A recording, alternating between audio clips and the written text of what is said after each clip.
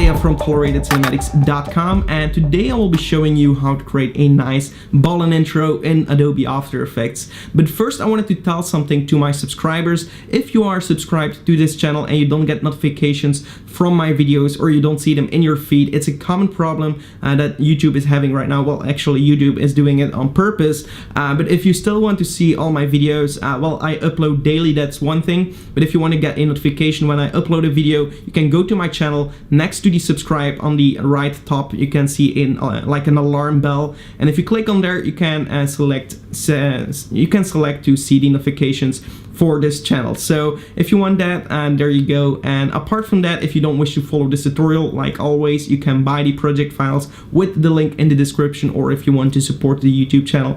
And yeah, let's get started with the tutorial for those that do want to follow this tutorial. And yeah, see you in After Effects.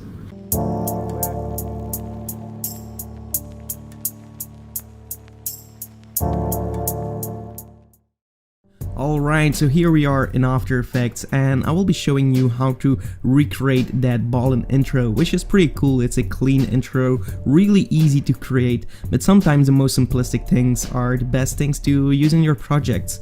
Okay, so let's get started. The first thing that I will do is create a new composition. Main comp, and I will press OK. Just make sure it's full HD, around 10 seconds long, and yeah, just fit it up to 100% right here.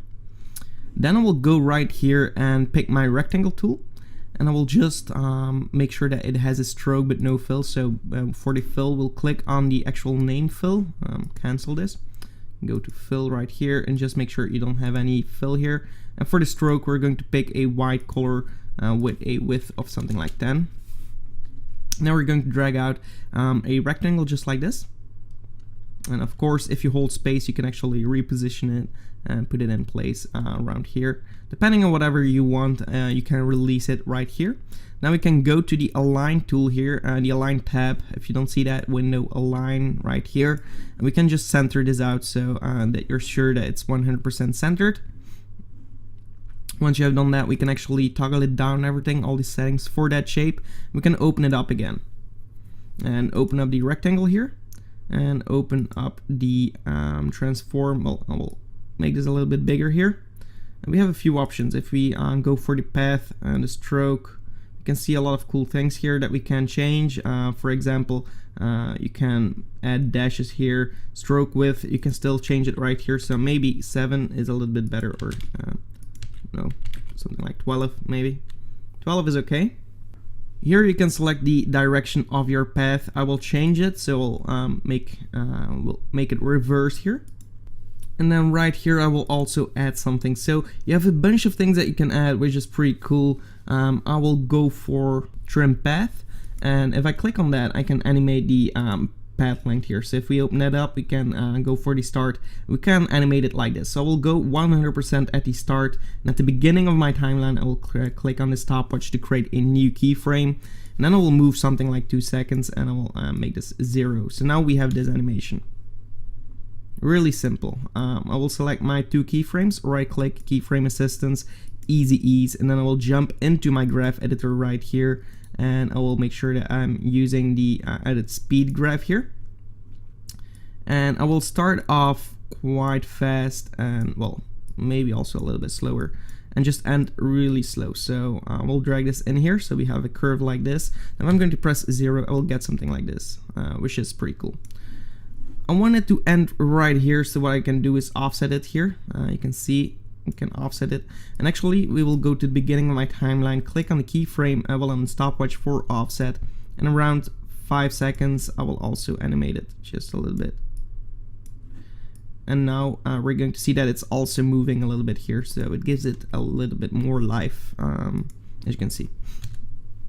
So now we have something like this. Okay, that's great.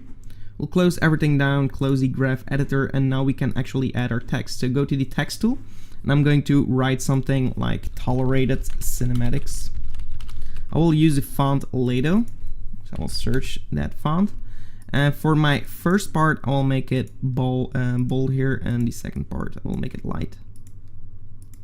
There we go. So now we have a nice design title.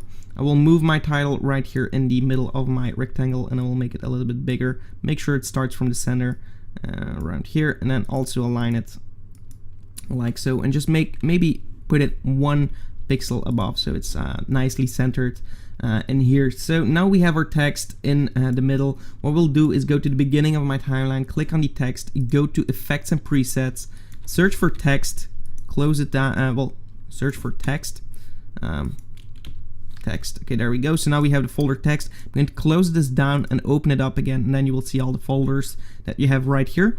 Open up animate in, and what I want to use is actually the characters fade in, so fade up characters, that's right here. I'm going to drag that on my text, and now my characters are going to, oh, actually fade up. I didn't want that. I want them to be random, so let's search a little bit further. Random fade up right here. I'm going to drag this onto my text. Now I have something like this, which is pretty cool. It can be a little bit faster, so I will press U on the keyboard while this layer is selected. Just move this to 1 second. Also for the shape, I'm going to move this a little bit faster. So now we have something like this. Our text pops up randomly and our mask gets made, which is pretty cool. I'm going to duplicate my text layer, and I'm going to open up the text right here so we see source text. I'm going to do the same thing for the other text. Well, actually, yeah, it's not going to work like this. Okay, so I will alt click on the second text layer, alt click on the stopwatch. I'm going to pick with the source text. So now what it's going to do is if you change this text, it's going to automatically change that other text to the same text. That's basically it. But we don't want it to be right here, so we'll scale it up a little bit.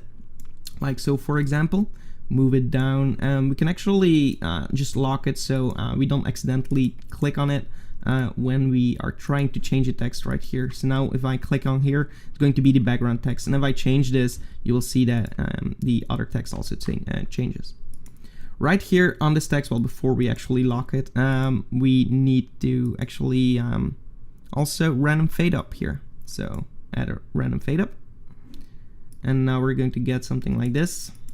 You can actually press U on the keyboard and just disable the keyframes, so we don't need any keyframes. We just want the text to be there, and that has a little bit of a part of this text. I'm going to scale it up, maybe position it right over here, and I'm going to lower the opacity to something like 10.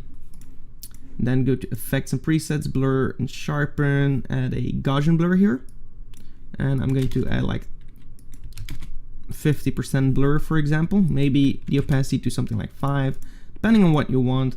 And maybe you can just animate it slightly with a random fade up. So, well, actually we have the random fade up. Let's search it. That's right here. And actually what I want to do is from 10 to 30, for example. And now it's going to fade up really slowly in the background, and we have some animation going on there. I'm going to duplicate that text and just position it right over here, and then also open it up and maybe play with animation here. Well, actually we have two animators, so we can delete the first one, I think, or okay, we're going to work with the second one. Doesn't really matter right now, but I want to change the randomness. So if I open this up, we can actually offset it here.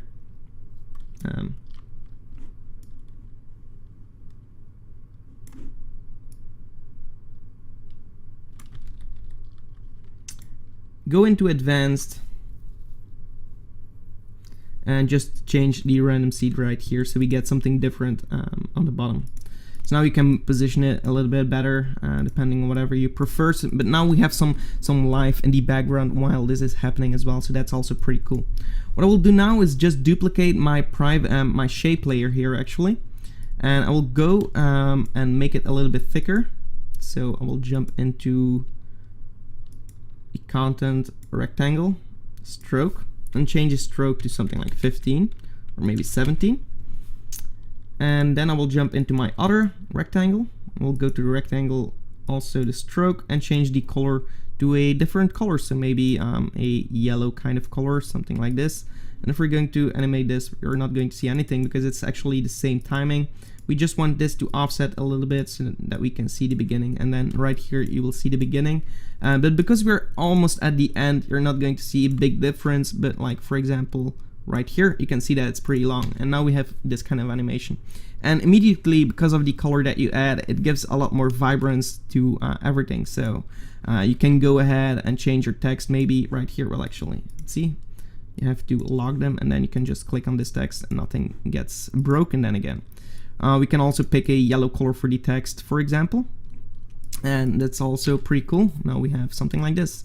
So it's really simple to recreate this part, and also for the next part. Actually, I'm going to toggle my switches and make everything a 3D, and lock them, 3D layer, and lock them again. And then I will add a camera to my scene here. So add a camera, 50 or 35, click OK. Press P on the keyboard for that position of the camera, click on the stopwatch for that camera, and also move that keyframe 3 seconds, and then go to the beginning and just make sure that you well, zoom in actually. So now we zoom in and we get this, so that's pretty cool. Maybe zoom in a little bit more so we actually really fly through this. Okay, and then we're going for the position, go to the graph editor, also change the speed value and show graph editor. There we go. Okay, and just well, actually I want it to be right here. Okay, I must have made a mistake with the animation here, but yeah, just make sure that you actually zoom out here. Select this and just drag it in like so, and at the beginning we can keep it pretty simple like this. And now we get something like this. So it's really fast at the beginning. Well, it speeds up right here, it's at its peak, and then it's going to slow down really nicely, so it's integrating a little bit better. It's coming smooth. Well, it's coming to a smooth stop. So that's actually what we're after. And yeah, apart from that, it's basically it. In my preview, you could see that I use a little bit of glitch. That glitch is made with the Epic Glitch Intro, for example. I would definitely recommend you to check it out if you haven't already, to add a little bit of glitch effects to give it a little bit more life even. But yeah, that's a pretty cool result, I think. So hope you enjoyed this tutorial. If you did, give it a like and also subscribe to the channel for more. Thank you so much for watching, and yeah, goodbye.